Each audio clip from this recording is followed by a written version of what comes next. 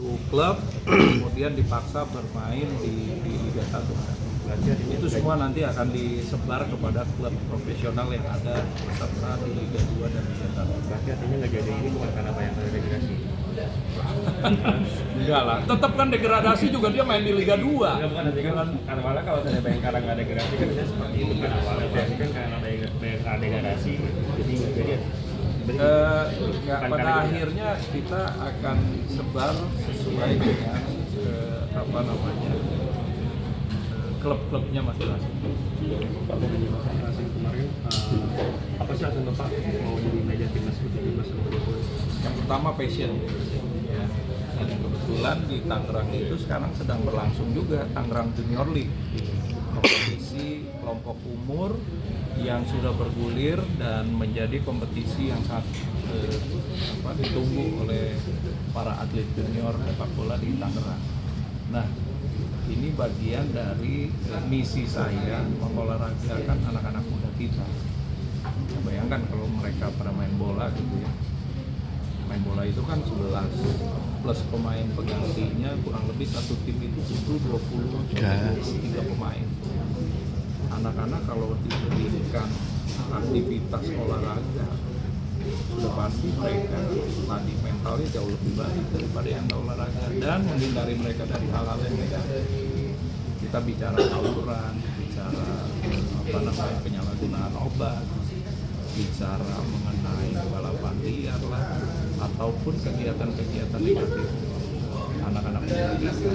Ini jawabannya salah satunya adalah olahraga. Tapi kan targetnya berapa? Artinya Piala Dunia U20 2025. Target selalu ada, selalu sehat. Justru itu kan menjadi pemicunya. Jadi sebetulnya dunia olahraga ini dunia yang memang saya gemari. Sebelumnya juga sudah banyak berkecimpung di dunia olahraga. Pak, tadi kan target memang berat gitu kan Pak, tapi setidaknya langkah apa sih Pak yang Bapak akan lakukan setidaknya dapat goalsnya itu memang sesuai target itu? Jadi gini, sekarang ini PSSI di bawah Pak Erick Thohir itu lebih setiap unit ya, tadi Exco masing-masing mempunyai tanggung jawab terhadap program. Exco pembinaan usia dini, Exco sepak bola wanita, ini sekarang semua sedang bergerak membangun sepak bola Indonesia sesuai dengan tupoksinya masing-masing. Nah, di tiap tupoksi ataupun program ini pasti ada target. Maka dari itu sekarang PSSI walaupun gencar juga memberikan target kepada setiap program-program yang ada. Bukan cuma di U16, U20 saja, tapi perempuan juga kan sekarang diberikan target.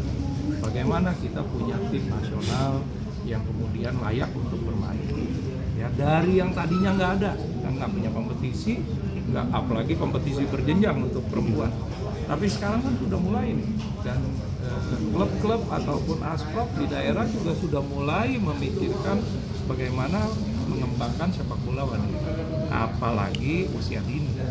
Maka dari itu usia dini ini juga nanti akan menjadi tanggung jawab asosiasi PSSI provinsi menggelar turnamen yang secara rutin di provinsinya masing-masing.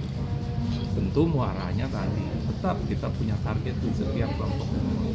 Biar bagaimanapun harus punya target karena percuma kita akan membina tapi nggak punya tujuan yang baik. Pak, kemarin kan cukup ramai juga Pak terkait Welber Jardine nih Pak di media sosial.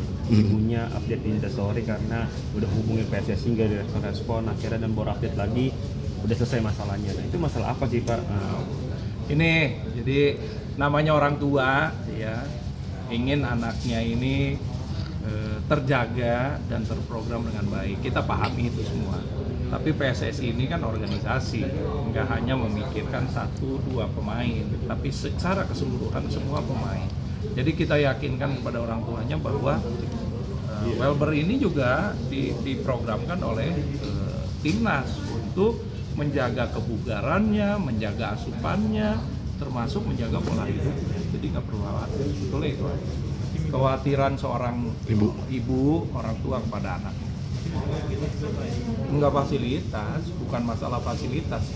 Seperti misalnya Welber punya alergi terhadap beberapa makanan ya. Ya sudah kan kita udah tahu. nggak mungkin dikasih makanan yang Welber punya alergi. Welber pernah punya cedera misalkan ankle, harus ada treatmentnya, ya sudah kita treatment cedera Welber seperti kita treatment pemain yang lain juga. Dan masalah itu sudah kelar. Udah. Pak, satu lagi Pak, kemarin Coach Indra juga bilang dari yang turun itu kan membawa beberapa pemain diaspora kan, terus Ya. akhirnya ada beberapa nama, sekitar 3 nama yang akhirnya akan dilanjutkan ke naturalisasi. Kira-kira siapa aja Pak, kalau tahu? Yang 3 nama kemarin yang kita, kalau Jens Reven kan Ya, udah masuk di luar ya. Itu ada tim, kemudian ada Hinoke, Morismo, Morismo, sama satu lagi Dion. Iya. Di 3 posisi yang berbeda. Itu yang direkomendasikan untuk dilanjutkan. Oke. Nah, perkembangannya mereka biarkan berkarir di Belanda atau di luar masing-masing karena itu lebih bagus dan lebih baik juga buat mereka. Berarti targetnya main di kualifikasi Piala Asia atau Nanti kita lihat proses ke warga negara Indonesianya seperti apa. Karena ini juga akan makan waktu. ya? Berkas harus dilengkapi, segala persyaratan dan lain sebagainya. Karena kan kualifikasi kan September digelar ya.